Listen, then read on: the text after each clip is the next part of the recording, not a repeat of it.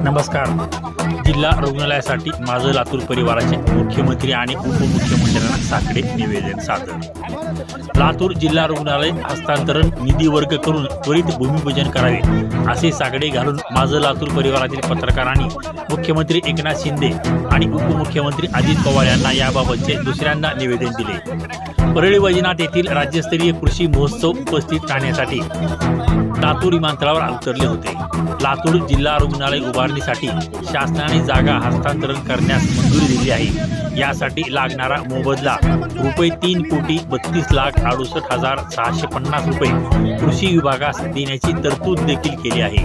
मात्र अद्याप यासाठीचा निधी आरोग्य विभागाने कृषी विभागास वर्ग केलेला नाही। हा निधी त्वरित वर्ग करून लातूरच्या प्रलंबित आणि मंजूर झालेल्या जिल्हा रुग्णालयाचे भूमिपूजन करून लातूरकरांना उपकृत करावे अशी विनंती यावेळी पत्रकारांनी केली।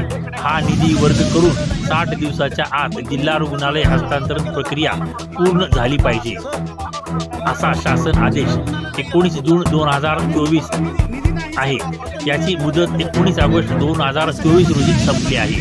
गेल्या 15 वर्षापासून प्रलंबित प्रश्न शासनाने मार्गी लावला, यासाठी महाराष्ट्र शासनाचे आभार देखील मानण्यात आले।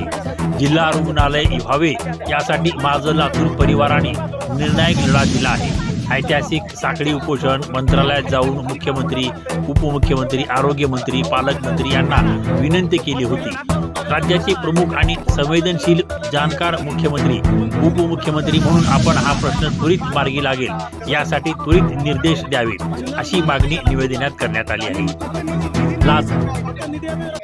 माझं लातूर परिवाराच्या शिष्टमंडळात सतीश तांदळे, अभय मिरजकर, नितीन बनसोडे, महेंद्र जोंधळे, हारून मोमीन, रत्नाकर निलंगेकर, श्रीराम जाधव, सचिन अंकुलगे, डॉक्टर सीतम सोनवणे, उमेश कांबळे, सुनील कांबळे, वैभव बालकुंदे, ऋषी होळीकर, अमोल घायाळ, विजय कवाळे, निशांत बद्रेश्वर, आशिफ पटेल या पत्रकार बांधवांचा समावेश होता।